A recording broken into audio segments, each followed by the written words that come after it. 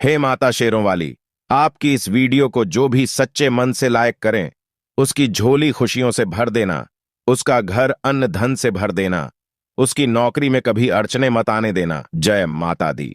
हाँ दोस्तों, सदाबहार का पौधा माता वैष्णो को अति प्रिय है। नवरात्रों में माता की चौकी पर अवश्य रखा जाता है। इसके कई दिव्य प्रयोग हैं। इसके साधारण से साधारण उपाय करके लोग अपना भाग्य चमका लेते हैं। मैया की कृपा सदैव उन पर बरसती है।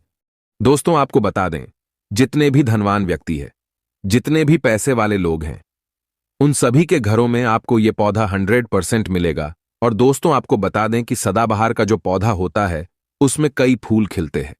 इसी के साथ आपको बता दें कि सदाबहार का जो पौधा होता है वो बहुत आसानी से उग जाता है और इसे कहीं पर भी आप बहुत आसानी के साथ उगा सकते हैं। दोस्तों, आपको बता दें, सबसे बड़ी बात कि ये जो सदाबहार के रंग बिरंगे फूल है ना, ये आपकी किस्मत को बदल देंगे, आपकी किस्मत को रातों रात चमका देंगे। जी हां दोस्तों, जिस तरह से ये रंग बिरंगे फूल होते हैं और जैसे यह रंग बिरंगे कलर के होते हैं, उसी तरह से ये तुम्हारी जिंदगी में भी रंग बिरंगे रंग भर देंगे। दोस्तों, आप एक बार इस पौधे के उपाय को जरूर आजमा कर देखें और इसके लाभ भी आप स्वयं देख लेंगे। अगर आप भी अपने जीवन में बहुत मेहनत करते हैं, बहुत प्रयास कर रहे हैं जिंदगी में सफल होने का, मगर सफल नहीं हो पा रहे हैं, बार बार आपको असफलता का मुंह देखना पड़ रहा है, आप बार बार निराश हो रहे हैं, तब तो आपको यह उपाय जरूर ही कर लेना चाहिए। अगर कोई व्यक्ति कोई अपना व्यापार शुरू करता है, कोई काम शुरू करता है और अगर उसे उसमें नुकसान होने लगे और उसका वो व्यापार ना चले, तो व्यक्ति बहुत परेशान हो जाता है और वो सोचने लगता है कि अब इस व्यापार को मैं बंद ही कर देता हूं। अब इस काम को करने से कोई फायदा नहीं है, जब इस काम से मुझे कोई मुनाफा ही नहीं हो रहा है, मेरी आर्थिक स्थिति अच्छी हो ही नहीं पा रही है।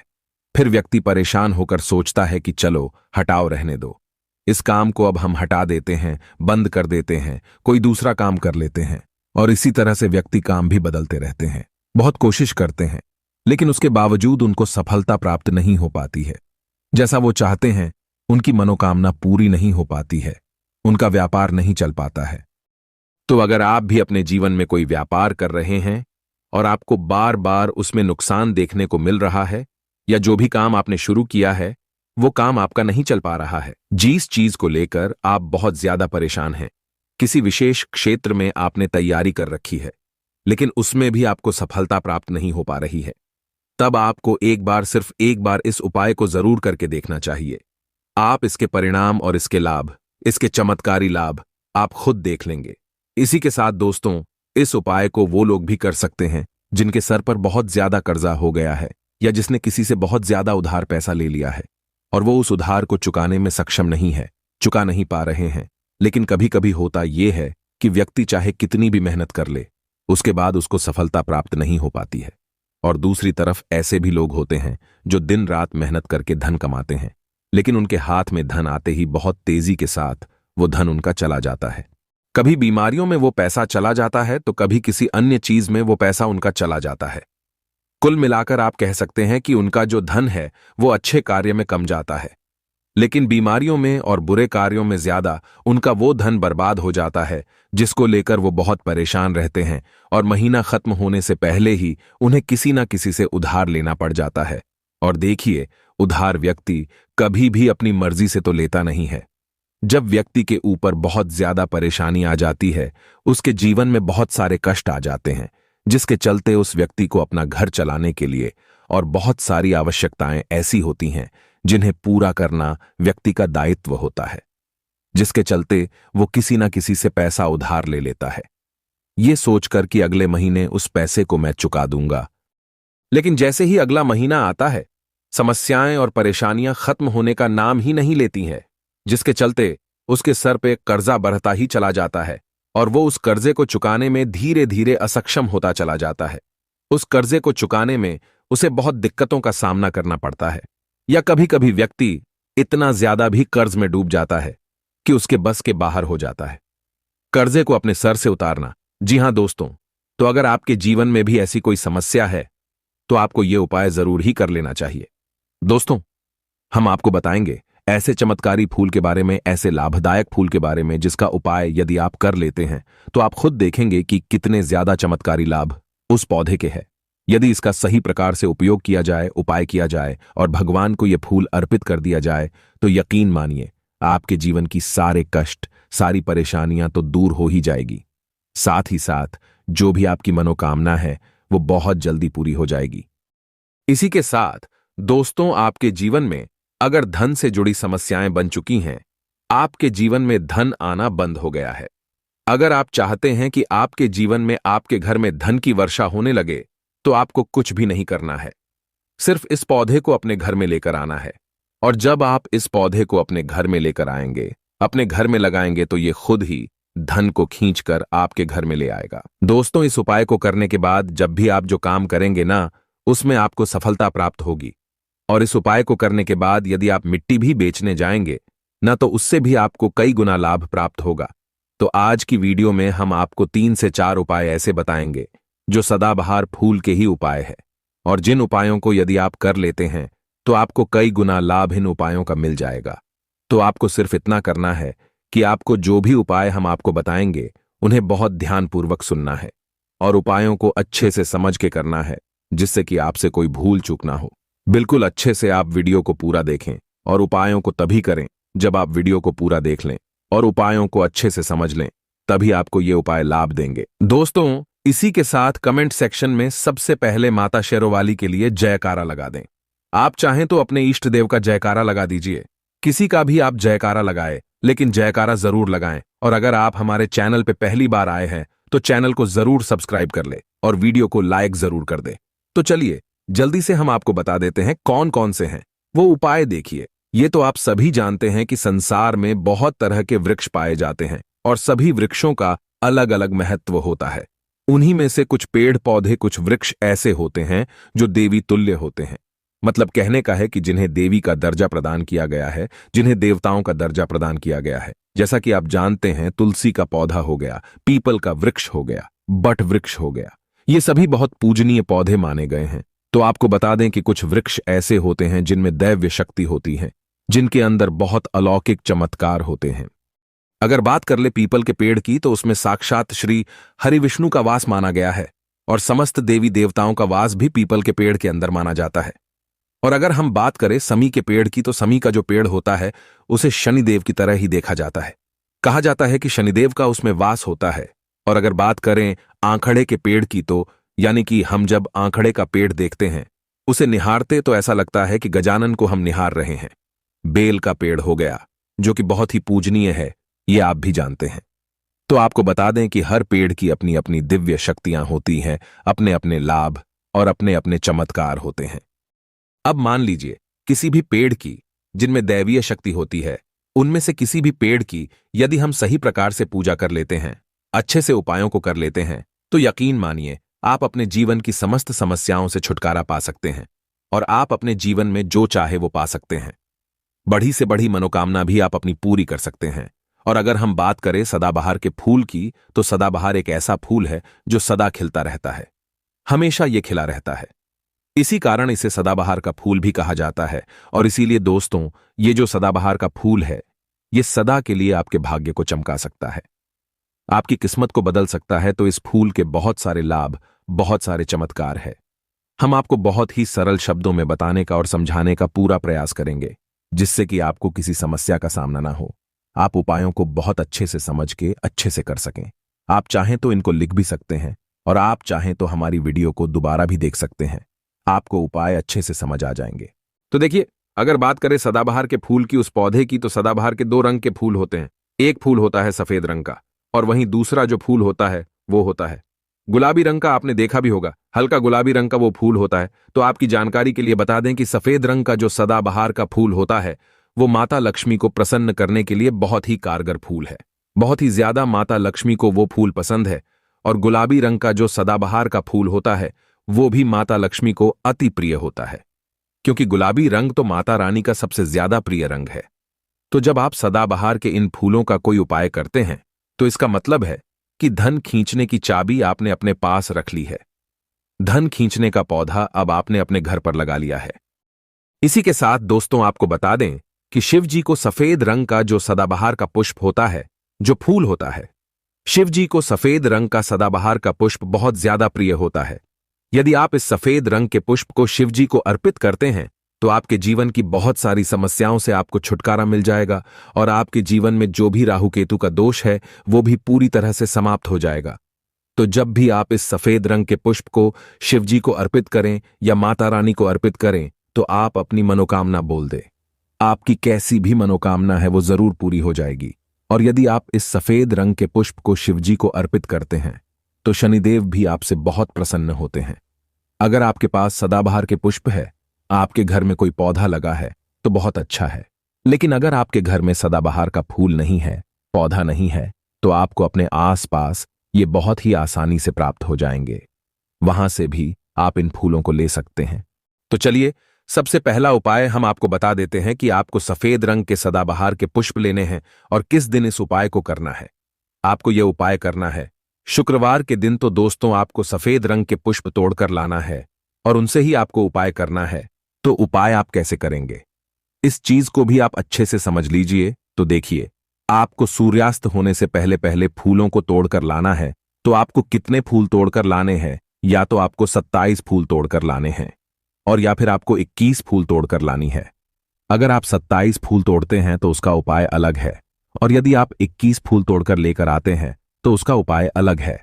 लेकिन हम आपको बताएंगे, तो इसलिए वीडियो में अच्छे से बने रहे और उपायों को अच्छे से समझें। तो अगर आप 27 फूल तोड़कर लाए हैं सफेद रंग के, ठीक है ना, सदाबहार के 27 फूल सफेद रंग के यदि आप तोड़कर लेकर आए हैं, जब आप 27 फूल सफेद रंग के सदाबहार के तोड़कर ले आएंगे, उसके बाद आपको अपने घर के मंदिर के पास आना है और आपको लेना है एक दिया और लंबी बाती का आपको एक दीपक जलाना है। दीपक आप घी का जला सकते हैं। उसके बाद आपको एक लाल रंग का छोटा सा कपड़ा लेना है और लाल कपड़ा वहां मंदिर में आपको बिछा देना है। अब आपको मौली के धागे से लपेटकर इन फूलों की माला बना लेनी है। तो आपने जो 27 फूलों की माला बनाई है, उस माला को आपको माता लक्ष्मी को अर्पित करना है, उनको पहनाना है। लेकिन जब आप ये माला पहनाएंगे, उससे पहले आपको 27 बार लक्ष्मी मैया के किसी भी मंत्र का जाप करना है। अगर आपको कोई मंत्र याद नहीं है तो आप बहुत सीधा सरल सा मंत्र ओम महालक्ष्मी नमः, इस मंत्र का 27 बार जप कर ले। उसके बाद आप माता रानी को ये माला अर्पित कर दें। उसके बाद आपको माता रानी को कुमकुम या हल्दी का तिलक लगाना है और उसके बाद आपको महालक्ष्मी चालीसा का पाठ भी करना है और फिर उसके बाद आपको माता रानी की आरती करनी है। इस बात का ध्यान रहे कि जब आप चालीसा कर लेंगे, उसके बाद आपने जो लाल कपड़ा लिया है उस पर आपको हल्दी से एक स्वास्तिक बनाना है और उस लाल कपड़े पर आपको जो स्वास्तिक आपने बनाया है, उस स्वास्तिक के ऊपर यदि आपने 21 फूलों की माला माता रानी को अर्पित करी है तो 21 चावल के दाने आपको उस स्वास्तिक पे रखने हैं। और अगर 27 फूलों की माला आपने माता रानी को अर्पित की है तो 27 ही चावल के दाने आपको उस स्वास्तिक पर रखने हैं। लेकिन ध्यान रहे कि चावल बिल्कुल भी टूटा फूटा खंडित नहीं होना चाहिए। और जब आप चावल स्वास्तिक पर डालेंगे तब भी आपको ओम महालक्ष्मी नमः का जप भी करना है। इसके साथ ही साथ अब जो माला आपने माता रानी को अर्पित की थी, वही माला आपको इस स्वास्तिक के ऊपर रख देनी है। अब इसके बाद आपको माता रानी के मंदिर से सिंदूर लेकर आना है और आप चाहे तो घर का सिंदूर भी रख सकते हैं। अब आपने जो माला रखी है, उस लाल कपड़े पे उस माला पर आपको वो सिंदूर छिड़क देना है। अब इसके बाद आपको उस लाल कपड़े की पोटली बना देनी है और इसके बाद दोस्तों आपको उस पोटली को उसी दिन, ठीक है ना, शुक्रवार के ही दिन रात्रि के समय में उस पोटली को रख देना है अपने धन रखने वाले स्थान पर, अपनी तिजोरी में। दोस्तों आपको बता दें, यह उपाय आपको रात्रि के समय करीब 8 बजे के आसपास आपको करना है। वैसे तो आप सूर्यास्त के बाद कभी भी इस उपाय को कर सकते, मगर आप 8 से 9 के बीच करते हैं तो बहुत ही उत्तम रहेगा। अगर आप 21 माला का उपाय यह कर रहे हैं तो आपको यह उपाय लगातार 5 शुक्रवार को करना है। मतलब एक शुक्रवार कर लिया, फिर उसके बाद दूसरे शुक्रवार कर लिया, तीसरे कर लिया, चौथे कर लिया, 5वें लगातार जो शुक्रवार पढ़ेंगे, 5 शुक्रवार तक आपको लगातार इस उपाय को करना है। और यदि आप 27 फूलों वाला उपाय कर रहे हैं तो आपको लगातार 4 शुक्रवार करना है। तो देखिए, उपाय चाहे आप 4 शुक्रवार कर रहे हैं या 5 शुक्रवार कर रहे हैं, आप इस बात का ध्यान रखें कि आपको अलग अलग पोटली नहीं बनानी है। आपने जो सबसे पहली पोटली बनाई है उसी पोटली को आपको लेना है। माला तो आपको हर बार नहीं लेनी है, चावल भी आपको हर बार नहीं लेने हैं, लेकिन उसी पोटली के अंदर आपको उन सारी चीजों को रखते चले जाना है। अब देखिए 5वां जो शुक्रवार होगा, चाहे 5 शुक्रवार आप ये उपाय कर रहे हैं या 4 शुक्रवार कर रहे हैं, तो जो 5वां शुक्रवार होगा उस 5वें शुक्रवार को आपको इस पोटली को लेना है और आपके घर में जहां पर भी मिट्टी हो, मान लीजिए आपके घर में कहीं पर भी मिट्टी है तो वहां पर आपको इसको मिट्टी में दबा देना है। और अगर मान लो आपके घर में मिट्टी कहीं पर भी नहीं है, पूरी जगह पर आपका फर्श है, तब आपके घर में गमला तो जरूर होगा, तो आप इसे गमले में दबा दीजिए। और आप इस चीज का पूरा ध्यान रखें कि आपको पोटली को पूरी तरीके से नहीं दबाना है। आपने पोटली के अंदर जो माला रखी थी, जो चावल रखे थे, उन चीजों को आपको मिट्टी के अंदर डालना है। कपड़े को आपको मिट्टी के अंदर नहीं डालना है। जो लाल कपड़ा लिया है उसको आपको नहीं डालना है। तो दोस्तों, ये उपाय बहुत आसान है, बहुत ज्यादा कठिन उपाय नहीं है। और यदि आप इस उपाय को कर लेते हैं, फिर आपके जीवन में धन से जुड़ी जो भी समस्या है वो तो समाप्त हो ही जाएगी।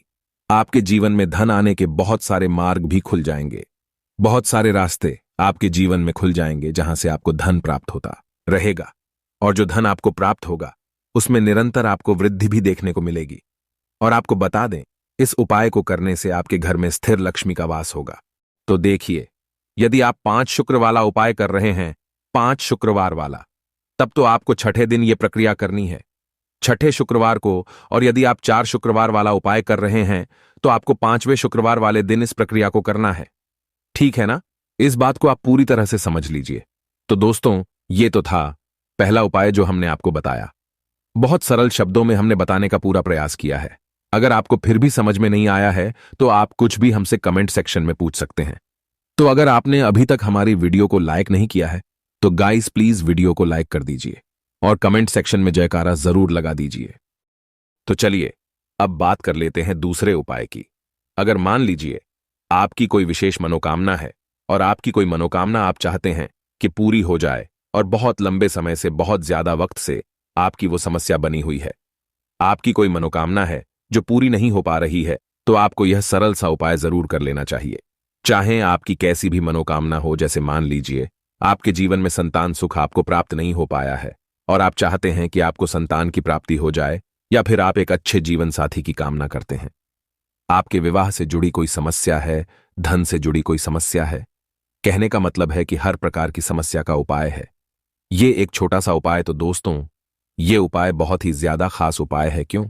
क्योंकि ये आपकी हर प्रकार की समस्या को समाप्त करता है और आपकी जो भी मनोकामना है उसे पूरी करता है। इसलिए यह उपाय बहुत ही ज्यादा खास हो जाता है, इसका महत्व बहुत ज्यादा बढ़ जाता है। तो इस उपाय को करने के लिए आपको लेने हैं सदाबहार के 9 गुलाबी रंग के फूल। ठीक है ना? हम आपको फिर से बता देते हैं कि सदाबहार के गुलाबी वाले फूल आपको 9 लेने हैं और इसी के साथ आपको तांबे के पात्र में, तांबे के लोटे में जल लेना है और यह उपाय करना है। आपको सोमवार के दिन तो यह उपाय आपको सुबह के समय करना है। सुबह जल्दी उठकर स्नान आदि करने के बाद आपको स्वच्छ वस्त्र धारण करने हैं और तांबे के लोटे में आप पूरा जल भर लीजिए और उस तांबे के लोटे में आप उन फूलों को डाल दीजिए जो 9 फूल आपने लिए हैं, गुलाबी रंग के सदाबहार वाले फूल। और उसके बाद आपको शिवजी के मंदिर में जाकर, शिवालय में जाकर ओम नमः शिवाय इस मंत्र का जाप करना है पूरे 108 बार। और आपको बता दे, आप श्री शिवाय नमस्तुभ्यं इस मंत्र का जब भी कर सकते हैं तो आपने जो जल लिया है और जो फूल उसके अंदर डाले हैं वो दोनों आपको शिवलिंग पर अर्पित कर देने हैं, चढ़ा देने हैं। और ऐसा करते समय जब आपकी जो भी मनोकामना है उसको आप बोल दीजिए। यह उपाय यदि आप कर लेते हैं तो आपकी कितनी भी बड़ी मनोकामना हो, चाहे कैसी भी समस्या हो, वो समाप्त हो जाएगी और आपकी मनोकामना पूरी हो जाएगी। चाहे जैसी भी आपकी मनोकामना हो, संतान से जुड़ी हो, व्यापार से जुड़ी हो, धन से जुड़ी हो, स्वास्थ्य से जुड़ी हो, कैसी भी आपकी मनोकामना हो। दोस्तों आपको बता दें, यह उपाय जो व्यक्ति करता है उसके जीवन में चाहे जैसा भी दोष हो, कोई भी वास्तु दोष हो, कोई भी कुंडली दोष हो, वो पूरी तरह से समाप्त हो जाता है। और दोस्तों आपको बता दें, यह उपाय करना है आपको 5 सोमवार लगातार। ठीक है ना? जब आप पहले सोमवार करेंगे, उसके बाद दूसरे सोमवार, तीसरे सोमवार, चौथे सोमवार, 5वें सोमवार, 5 सोमवार आपको लगातार करना है, बीच में गैपिंग नहीं करना है आपको। ठीक है ना? गैप नहीं देना है। दोस्तों बात करते हैं कि यदि आपने यह उपाय सोमवार के दिन सुबह के समय किया है और 9 से 10 के बीच किया है तो आपको हर सोमवार को वैसे ही करना है जैसे आपने पहले सोमवार को किया है। इस चीज को आप विशेष करके ध्यान रखें। तो दोस्तों यदि आप इस उपाय को कर लेते हैं तो आप अपनी कैसी भी मनोकामना पूरी कर सकते हैं। इन छोटे सरल से उपायों को करके आपको अपने मन में पूरी सच्ची श्रद्धा और पूरा विश्वास होना चाहिए, तब ये उपाय असर करते हैं। दोस्तों आज की वीडियो में बस इतना ही।